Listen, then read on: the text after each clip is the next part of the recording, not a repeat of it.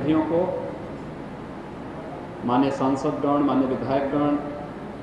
और अन्य सभी जनप्रतिनिधियों के साथ साथ इस पूरी कमिश्नरी के जनता जनार्दन को हृदय से बधाई देता हूं और साथ ही साथ उत्तर प्रदेश शासन के साथ मिलकर के टाटा ट्रस्ट तथा गेट्स फाउंडेशन ने इसे डेडिकेटेड कोविड हॉस्पिटल के रूप में बदलने के लिए जो सहयोग किया है, इसके लिए इन दोनों ट्रस्ट के प्रति मैं हृदय से धन्यवाद भी देता हूं। इससे पहले टाटा ट्रस्ट और गेट्स फाउंडेशन ने नोएडा में भी एक 300 बेडेड डेडिकेटेड कोविड हॉस्पिटल के निर्माण में प्रदेश सरकार का सहयोग किया और वो सफलतापूर्वक वहां पर कार्य कर रहा है। हमारे लिए देवीपाटन कमिश्नरी जैसा क्षेत्र अत्यंत महत्वपूर्ण क्षेत्र है। आदरणीय प्रधानमंत्री जी ने देश के अंदर नीति आयोग को जो एक आदेश दिया था कि वह एस्पिरेशनल डिस्ट्रिक्ट जो स्वास्थ्य, शिक्षा, कृषि, जल संसाधन और स्किल डेवलपमेंट है या अन्य जीवन के उस क्षेत्र में पिछड़े हुए हैं, ऐसे जनपदों को देश के अंदर चिन्हित किया जाए, उसके कुछ पैरामीटर तय किए गए और उस पैरामीटर पे सामान्य जनपदों की तर्ज पर उन्हें भी विकसित किया जा सके। इसके लिए जब नीति आयोग ने कार्य किया तो उत्तर प्रदेश के अंदर 8 ऐसे जनपद निकले थे। पूरे देश के अंदर 115 जनपदों में से 8 जनपद उत्तर प्रदेश के थे और उत्तर प्रदेश के 8 जनपदों में 3 जनपद केवल इस देवीपाटन कमिश्नरी के हैं जो अभी भी स्वास्थ्य है, शिक्षा है, कृषि के विकास का है, स्किल डेवलपमेंट का है या फिर रोजगार का है, इन सभी क्षेत्रों में पिछड़े हुए हैं। दूसरा, नेपाल से इस कमिश्नरी के 3 जनपदों की सीमा का मिलना, उस दृष्टि से भी हमारे लिए यह कमिश्नरी अत्यंत महत्वपूर्ण है और इसी को ध्यान में रख करके हम लोगों ने, जब हमारे सामने प्रस्ताव आया तो मैंने इस बारे में कहा कि एक हॉस्पिटल हम पश्चिम में देंगे और एक को हम पूरब में देंगे और पूरब में देवीपाटन कमिश्नरी को हम लोगों ने इसके लिए चुना और आज मुझे प्रसन्नता है कि 300 बेडेड डेडिकेटेड कोविड हॉस्पिटल बनकर के तैयार हुआ है। आज हम इसका लोकार्पण कर रहे हैं और कल परसों से यहाँ पर हम लोग एडमिशन शुरू करके वैश्विक महामारी कोरोना के खिलाफ देश की लड़ाई में एक महत्वपूर्ण पार्ट बन करके यहाँ के लोगों को बेहतर सुविधा देने की कार्रवाई हम इस जनपद के अंदर, इस कमिश्नरी में गोंडा के अंदर देना प्रारंभ कर देंगे। पूरी दुनिया कोरोना संक्रमण से त्रस्त है और अगर दुनिया के अंदर बड़े बड़े देशों की स्थिति को देखा जाए जिनके पास हेल्थ इंफ्रास्ट्रक्चर पहले से ही बहुत अच्छा था, उनकी तुलना में भारत और भारत के अंदर भी विभिन्न राज्यों की तुलना में उत्तर प्रदेश की हम तुलना जब करते थे तो हमें पाते थे कि उत्तर प्रदेश बहुत पिछड़ा है। 1947 से लेकर के 2016 तक इस कमिश्नरी में एक भी गवर्नमेंट मेडिकल कॉलेज नहीं था और आज मुझे प्रसन्नता है कि आज हम इस देवीपाटन कमिश्नरी के अंदर यहाँ पर यहाँ के जनप्रतिनिधियों के सहयोग से, उनके प्रयास से, उनके परिश्रम से 3 मेडिकल कॉलेज अकेले इस कमिश्नरी के अंदर बनाने जा रहे हैं, जिसमें बहराइच का मेडिकल कॉलेज पिछले सत्र में हम लोगों ने प्रारंभ किया है और इस बार कोविड-19 की लड़ाई में निरंतर सहभागी है। साथ साथ हम लोगों ने बलरामपुर में पूर्व प्रधानमंत्री श्रद्धेय अटल बिहारी वाजपेयी जी का वह कर्म क्षेत्र रहा है। उन्होंने अपने राजनीतिक जीवन की शुरुआत बलरामपुर जनपद से की थी और बलरामपुर से उनका एक लगाव था। केजीएमयू लखनऊ की एक सैटेलाइट सेंटर के रूप में वहां पर एक हॉस्पिटल का निर्माण और उसे मेडिकल कॉलेज के रूप में विकसित करने की कार्रवाई प्रदेश सरकार के द्वारा प्रारंभ की गई है और साथ साथ गोंडा में भी एक नए मेडिकल कॉलेज के निर्माण की कार्रवाई प्रदेश सरकार ने प्रारंभ की है और मेरा अनुमान है कि जब ये तीनों मेडिकल कॉलेजेस बन करके पूरी क्षमता के साथ अपनी सेवाएं देना प्रारंभ करेंगे तो स्वाभाविक रूप से लोगों को बेहतर और गुणवत्ता युक्त स्वास्थ्य की सुविधाएं अपने स्थानीय स्तर पर मिलेंगी और डॉक्टर्स भी, अच्छे चिकित्सक भी हम लोग इन संस्थानों से निकालने में सफलतापूर्वक हमें इस कार्यक्रम को आगे बढ़ाने में मदद मिलेगी। कोविड-19 की लड़ाई एक आसान लड़ाई नहीं थी, क्योंकि 100 वर्षों के बाद किसी एक महामारी से लड़ने की एक स्थिति देश के सामने आई थी, दुनिया के सामने आई थी। दुनिया ने इस दौरान अनेक प्रकार के वायरस से लड़ाई तो लड़ी, लेकिन वे क्षेत्र विशेष में थी, उनके संक्रमण को लेकर के या उस क्षेत्र विशेष में समय से उसके उपचार की तरीके ये सब विकसित कर दिए गए। लेकिन पिछले 100 वर्षों के दौरान कोविड-19 एकमात्र ऐसा वायरस के रूप में हमारे सामने देखने को मिला है जिसका तीव्र संक्रमण और अगर समय से हमने मरीज को चिन्हित करके उसे उचित स्वास्थ्य की सुविधा उपलब्ध नहीं कराई तो स्वाभाविक रूप से मृत्यु की दर काफी बढ़ सकती है और अगर वह लापरवाही वहां पर होती है तो फिर हमारी सभी प्रकार की स्वास्थ्य की सुविधाएं धरी की धरी रह सकती हैं और यह दुनिया के तमाम विकसित देशों के उदाहरण हमारे सामने हैं, जहां सब कुछ है लेकिन हेल्थ इंफ्रास्ट्रक्चर के होने के बावजूद, बेहतर सर्विलांस न होने के नाते, व्यापक जन जागरूकता न होने के नाते मृत्यु दर भी और इन्फेक्शन यानी संक्रमण का दर भी बहुत ज्यादा है और जिसके कारण वहां पर अनियंत्रण किसी स्थिति पैदा हुई है। लेकिन इन स्थितियों में अगर हम भारत के अंदर देखते हैं तो चाहे वह 22 मार्च का जनता कर्फ्यू का कार्यक्रम रहा हो, चाहे वह 25 मार्च से 4 चरणों में लॉकडाउन का कार्यक्रम रहा हो और चाहे पिछले 3 टर्म से चल रहे अनलॉक की कार्रवाई और ये सफलतापूर्वक इन कार्यक्रमों को आदरणीय प्रधानमंत्री नरेंद्र मोदी जी के नेतृत्व में इस देश ने समय से जो कदम प्रधानमंत्री मोदी जी के नेतृत्व में उठाए हैं, आज उसका परिणाम हम सबके सामने है कि भारत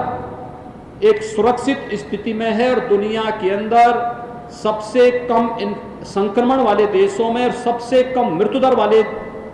देशों में भारत है। और हम लोगों ने जो कुछ प्रधानमंत्री जी ने देश के लिए आह्वान किया था उसे अक्षरशः उत्तर प्रदेश में लागू किया। उसका परिणाम है कि सबसे बड़ी आबादी का राज्य होने के बावजूद उत्तर प्रदेश में 24 करोड़ की आबादी निवास करती है, लेकिन 24 करोड़ की आबादी के निवास करने के बावजूद देश के अंदर सबसे कम मृत्यु दर वाले बड़े राज्यों में उत्तर प्रदेश एक राज्य है और संक्रमण भी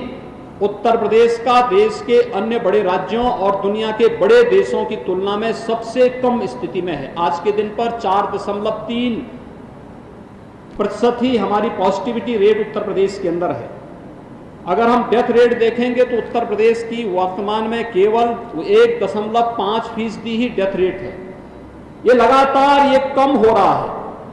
लेकिन अभी हमें इस दिशा में निरंतर सतर्क रहना है और सतर्कता के ही नाते बड़े बड़े पब्लिक फंक्शन नहीं हो पा रहे हैं, अन्य बड़े कार्यक्रम नहीं हो पा रहे हैं, क्योंकि पहले स्वयं का बचाव करके लोगों को बचाव के लिए प्रेरित करना, 2 गज की दूरी बनाए रखते हुए मास्क को जरूरी रखना, इन सब कार्यों के साथ हमें इन कार्यक्रमों को आगे बढ़ाना है। लेकिन जनता को बचाने के आह्वान में हम लोग कार्यक्रमों में जा रहे हैं, जनप्रतिनिधियों का भी आह्वान कर रहे हैं। जनप्रतिनिधि भी लगातार पिछले 5 वर्षों से, 5 महीनों से लगातार सेवा के कार्यक्रमों में जुट करके जनता को राहत देने का कार्य कर रहा है। और आज उसी का परिणाम है कि शासन स्तर पर बनाई गई कार्य योजना जनप्रतिनिधियों के सहयोग से प्रशासनिक मशीनरी के द्वारा सफलतापूर्वक उसे लागू करने का कार्य आज प्रदेश के अंदर सफलतापूर्वक होने के कारण गोंडा जैसे जनपद या इस कमिश्नरी जैसे जनपदों में सबसे अधिक माइग्रेंट लेबर भी आई थी और बड़े पैमाने पर आए। उनके रोजगार, उनके पुनर्वास और उन्हें स्वावलंबन की ओर अग्रसर करने के साथ ही जो अनेक कार्यक्रम यहां पर प्रारंभ हुए, उन कार्यक्रमों का परिणाम है कि हम लोगों ने माइग्रेंट लेबर के बारे में बहुत सारे लोगों की अलग धारणाएं रही होंगी, लेकिन हम लोगों का यह मानना था कि प्रवासी कामगार उत्तर प्रदेश का नागरिक है और उत्तर प्रदेश में उसका स्वागत है। उत्तर प्रदेश में हम उसकी प्रतिभा और उसकी ऊर्जा का लाभ उठाएंगे। और आज ये कार्य यहाँ पर हम लोगों ने प्रदेश के अंदर आए 40 लाख से अधिक उन सभी प्रवासी कामगार और श्रमिकों का समायोजन उत्तर प्रदेश के अंदर किया। वे लोग उत्तर प्रदेश में रह करके इस कार्यक्रम को सफलतापूर्वक शासन के साथ सहभागी बनकर के कार्य कर रहे हैं, चाहे वह विभिन्न प्रकार के इंफ्रास्ट्रक्चर डेवलपमेंट के हों, चाहे वह प्रदेश के अंदर एग्रीकल्चर के क्षेत्र में हो, या फिर प्रदेश के अंदर मनरेगा जैसी योजनाओं को या कृषि क्षेत्र में कार्य करने के लिए उपलब्धता का हो, या जीवन के प्रत्येक क्षेत्र में उनका योगदान आज प्रदेश के अंदर प्राप्त हो रहा है। प्रदेश के अंदर जो हमारे छात्र बाहर प्रतियोगी परीक्षाओं की तैयारी करते थे, कोटा में 12,500 छात्र प्रतियोगी परीक्षाओं की तैयारी करते थे। लॉकडाउन के दौरान कैसे लाया जाए, हम लोगों ने निर्णय लिया। वे सभी बच्चे थे, 12 से 15 साल, 15 साल, 16 साल तक के बच्चे थे। उन्हें सुरक्षित उनके परिजनों तक पहुंचाना एक चैलेंज था, तो भी प्रदेश सरकार ने निर्णय लिया और सुरक्षित उन्हें उनके घर तक पहुंचाने का कार्य किया। प्रयागराज में 15,000 से अधिक छात्र प्रतियोगी परीक्षाओं की तैयारी करते थे, उन्हें सुरक्षित उनके घरों तक पहुंचाने का कार्य किया गया और ये कार्यक्रम निरंतर आगे चल रहा है। प्रदेश के अंदर पिछले मोदी जी के प्रधानमंत्री 2014 में बनने के बाद से विकास के लिए जिस प्रकार की योजनाएं देश के अंदर चली, उत्तर प्रदेश में 2016 के बाद इसको तेजी के साथ आगे बढ़ाया गया और 2017 में प्रदेश में सरकार आने के बाद आज आप देख रहे होंगे 1947 से लेकर के 2012 तक प्रदेश में केवल 12 राजकीय मेडिकल कॉलेज बने थे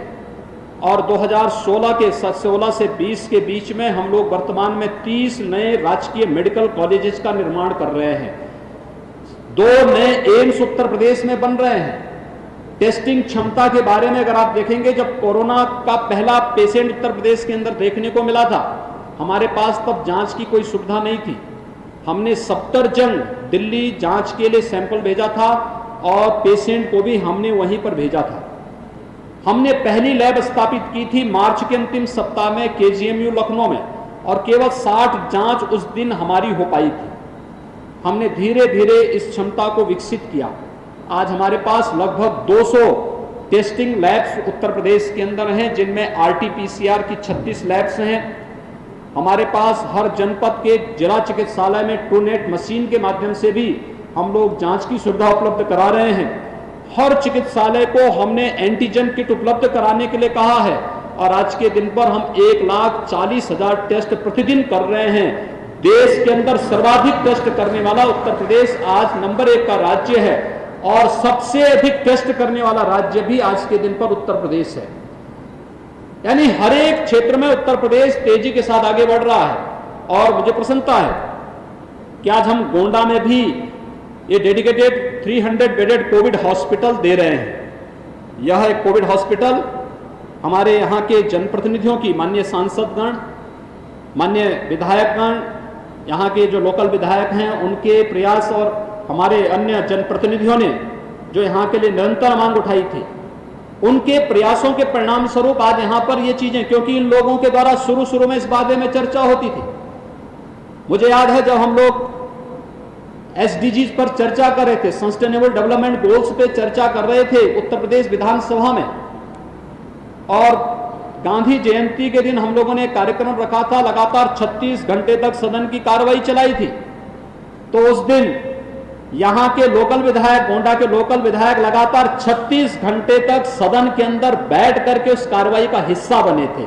और उन्होंने साबित किया था कि वास्तव में जज्बा होना चाहिए, और उस जज्बे के साथ हम लोग गरीबी को मिटाने के लिए, भूखमरी को मिटाने के लिए, किसी भी प्रकार की अव्यवस्था को मिटाने के लिए पूरी प्रतिबद्धता के साथ कार्य करेंगे।